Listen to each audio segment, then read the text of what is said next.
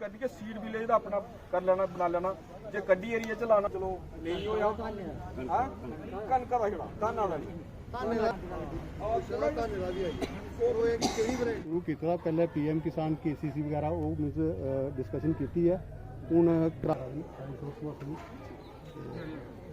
ठीक है पोटाश तुहानूं कहीं जड़ी दसी है पीलिया दी ठीक है ते ओदे च तो जैसे अभी सर ने स्टार्ट किया, आज हमारा यहाँ पर कैंप लग रहा है। सीड विलेज का ये कैंप है और व्हीट क्रॉप के ऊपर दिया जा रहा है। सीड विलेज जैसा सर ने बोला, मैं फिर से थोड़ा सा इसके बारे में और बता देती हूँ। सीड विलेज में हम क्या करते हैं, एक गांव या एक इकट्ठा एरिया उठाते हैं। ये बीज तैयार किया जाता है फाउंडेशन सीड से, जो कि हमारी साइंटिफिक जो लेबोरेटरीज होती है वहां से ये सीड निकलता है। ये फाउंडेशन सीड F1 होता है, इसकी क्वालिटी होती है। और इस सीड से क्या किया जाता है, ये किसानों को दिया जाता है। किसान सबसे ज्यादा मेहनती, पूरी मेहनत से अपने बच्चों की तरह अपनी फसल को उगाता है। इसी तरीके से वो कहता है उसकी पूरी देख रेख करके, जैसे स्टार्टिंग में उसका सीड ट्रीटमेंट करिए, फिर उसका सॉइल ट्रीटमेंट करिए, फिर उसकी प्रॉपर्ली टाइम टू टाइम उसका वीडीसाइड, उसमें पेस्टिसाइड्स डालो, टाइम टू टाइम उसका स्प्रे करो। ऊपर से प्रकृति की भी अगर कृपा हो जाए, टाइम टू टाइम बारिश हो जाए, तो एक अच्छा बीज तैयार हो जाता है। कार्यक्रम रखा गया था। आज का कार्यक्रम ये एग्रीकल्चर डिपार्टमेंट की तरफ से, मैं एग्रीकल्चर एक्सटेंशन ऑफिसर जोन पल्ली राकेश शर्मा। आज का ये अवेयरनेस कैंप हमने रखा है सीड विलेज प्रोग्राम के तहत, जिसमें हम लगभग 100 लोगों को, जहाँ पे जो हमारे फार्मर्स हैं, ज़मींदार हैं, उनको हमने बुलाया है। तो उनके अवेयरनेस के लिए ये काम है। ये एक सीड विलेज प्रोग्राम है। इसका मकसद ये होता है कि जैसे डिपार्टमेंट सीड देता है फार्मर को, और सीड तैयार करने में इसके काफ़ी मापदंड हैं। इसको कैसे तैयार करना है, इसकी एक विधि होती है। जो भी फील्ड में उगता है, ये ज़्यादा जो उगता है वो ग्रेन के लिए उगता है, खाने के लिए उगता है, तो सीड के लिए नहीं उगता। जो सीड डिपार्टमेंट प्रोवाइड करता है वो 100% प्रोवाइड नहीं कर सकता। उसकी एक परसेंटेज रहती है कि 15%, 20%, ताकि अच्छा सीड लोगों को मिले।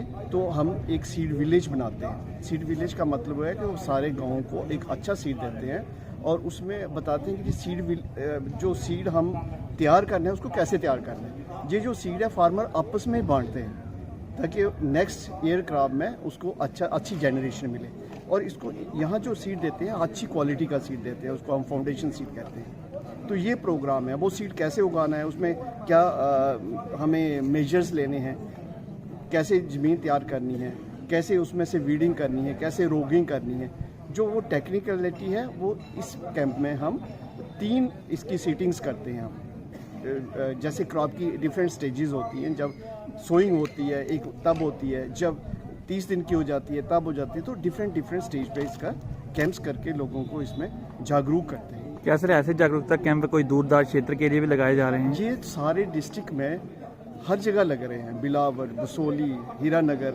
अगर आप हमको फॉलो करते हैं तो ये तो हमारा ऑलमोस्ट आई शुड से कि अल्टरनेट डे का शेड्यूल बना हुआ है। ये आप हमारा यही चार्ट ही देखेंगे तो इसमें भी आप देखेंगे 3 डेट्स लिखी हुई हैं। जी नेक्स्ट कैंप कब होगा, उससे नेक्स्ट कब होगा, तो ये वहाँ होते हैं। और मोस्टली वहाँ दिए जाते हैं कैंप जहाँ हम अच्छा सीड देते हैं।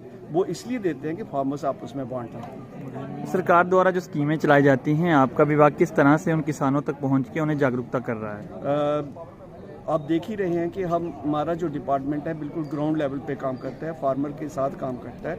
और जो भी स्कीम्स हैं पारदर्शिता से हम फार्मर को बताते हैं और फार्मर हमारे पास आते हैं और उसका फ़ायदा उठाते हैं। ये एक सीड विलेज का है। सेंट्रली स्पॉन्सर्ड स्कीम्स कोई 10 स्कीम्स चल रही हैं, हमारी कैपेक्स में चल रही हैं। हम मशीनरी देते हैं, हम सीड देते हैं, हम क्रॉपिंग सिस्टम डेमोन्स्ट्रेशन लगाते हैं, इंटीग्रेटेड फार्मिंग सिस्टम लगाते हैं। तो ये सारी स्कीम्स मेरे किसान भाइयों के लिए। इवन कंडी एरिया में हम बोरवेल भी देते हैं, like that. Vermi compost organic village है हमारा टांडा सेंसुआ में। तो ये डिफरेंट लेवल पे डिफरेंट स्कीम्स है। सर हम जब कभी दूरदराज क्षेत्र में जाते हैं या सीमावर्ती क्षेत्रों में जाते हैं तो लोगों का यही कहना होता है कि सरकार द्वारा एक चलाई गई स्कीम जिसमें उन्हें पैसे जो हैं वो दिए जाते हैं, वो आज भी उनसे वंचित हैं।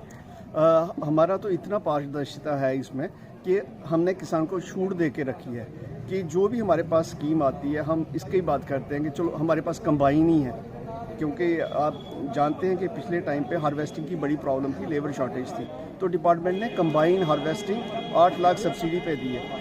और ये सब्सिडी ऐसे नहीं होती जो फार्मर के अकाउंट में जाती है, डीबीटी से कैश नहीं निकलता और फार्मर अपनी मर्जी से खरीदता है। हमारी कोई पाबंदी नहीं है, हमारी सिर्फ यही पाबंदी है कि जो वो इंस्ट्रूमेंट खरीदे वो FMTC टेस्टेड होना चाहिए कि इसमें हजार्डस मशीनरी होती है, ताकि वो स्टैंडर्ड की होनी चाहिए। इसके अलावा हमारी कोई कंडीशन नहीं। सर, किसान निधि योजना की बात कर रहा हूँ कि अभी तक कुछ किसान वंचित हैं, वो उस योजना का लाभ नहीं ले पा रहे हैं। बता दूं कि अगर आप इसको एनालाइज करें हम कि जितने एलिजिबल फार्मर हैं उसमें से हमने 98% फार्मर कवर कर दिए। अगर कोई फार्मर रह गए हैं तो उसमें टेक्निकलिटी ये है कि उसका आधार, पैन, जो उसका अकाउंट, जो नाम आधार पे है वो बैंक अकाउंट पे नहीं है, जिसकी वजह से वो जो हमारा PFMS सिस्टम होता है वो उसको लेता नहीं है जब तक वो करेक्शंस ना हो।